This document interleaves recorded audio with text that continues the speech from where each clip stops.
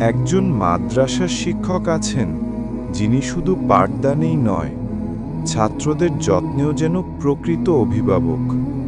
প্রতিদিন ছোট্ট ছোট্ট ছাত্রদের সে নিজের হাতে গোসল করিয়ে দেন। শিক্ষক তেমনি আজও একজন ছাত্রকে নিজের হাতে গোসল করানোর জন্য গোসলখানায় নিয়ে যান। তাকে গোসলখানায় নিয়ে ভালো করে বসিয়ে সুন্দর করে আগে মাথা ও গা ভিজে নেন। তারপর সাবান দিয়ে ভালোভাবে গোসল করিয়ে দিলেন।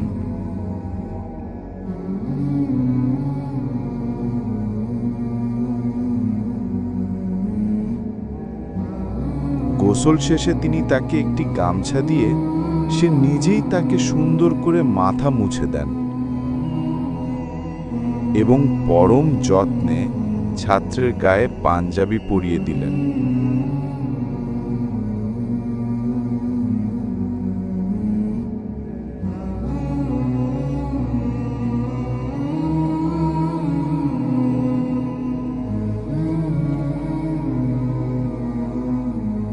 মাথায় টুপিও তুলে দিলেন।